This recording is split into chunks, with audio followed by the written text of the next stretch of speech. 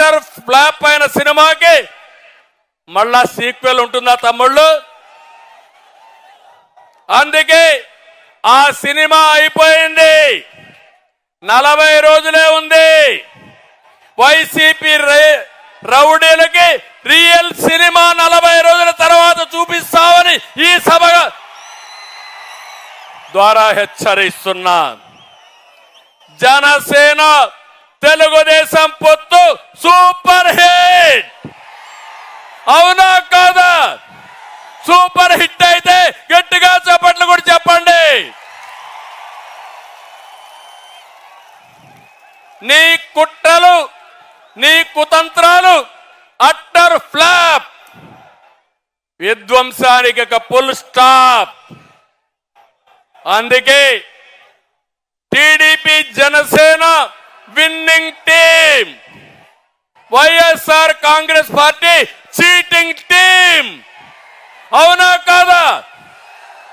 తెలుగుదేశం జనసేన గట్టిగా చెప్పాలి winning team అని. Telugu Desam Janasena, YSR Congress party cheating team, YSR Congress party. ఒకటే గుర్తుపెట్టుకోండి, ప్రశాంతమైన రాష్ట్రంలో హింస, దాడులు, కేసులతో జగన్ అగ్గిరాజేశాడు.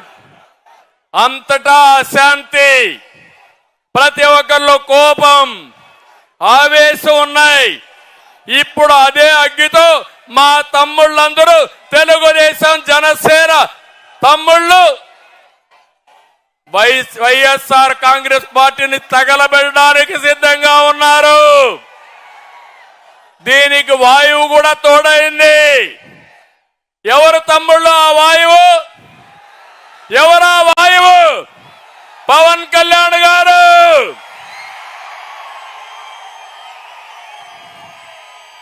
ఇక అగ్గికి వాయువు తోడైతే ఏమవుతుంది?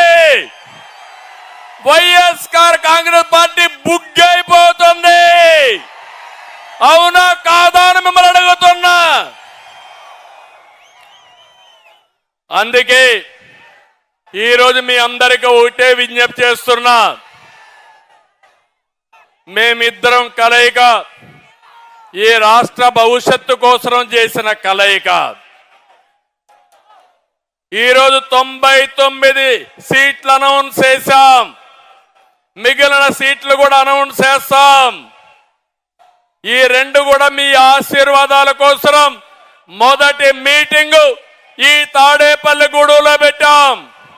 ఇది చూసిన తర్వాత నాకు అర్థమైపోయింది, ఈ గెలుపు ఎవ్వడు ఆపలేడు.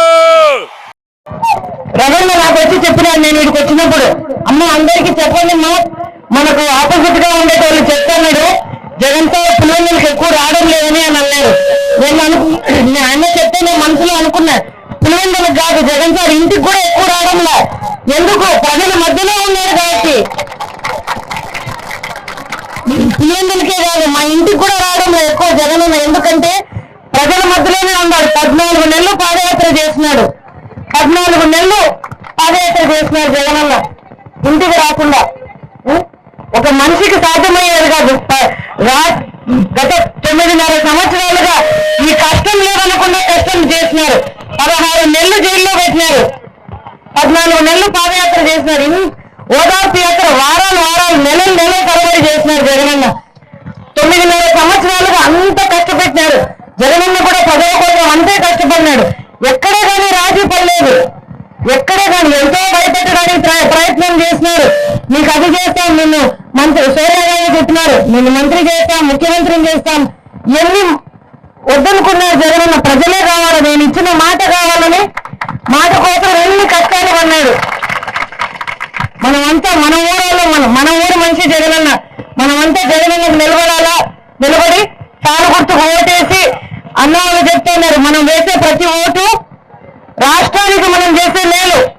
మన ఎమ్మెల్యే కోసం కాదు మనం చేసేది, రాష్ట్రంలో రావాల్సిన మార్పుకు మనం వేసే ఓటు మంది. తాను గుర్తుకు ఓటేసి జగనన్నను, అవినాష్ అన్నను గెలిపించాలని మిమ్మల్ని అందరినీ ప్రార్థించి వేడుకుంటామమ్మా.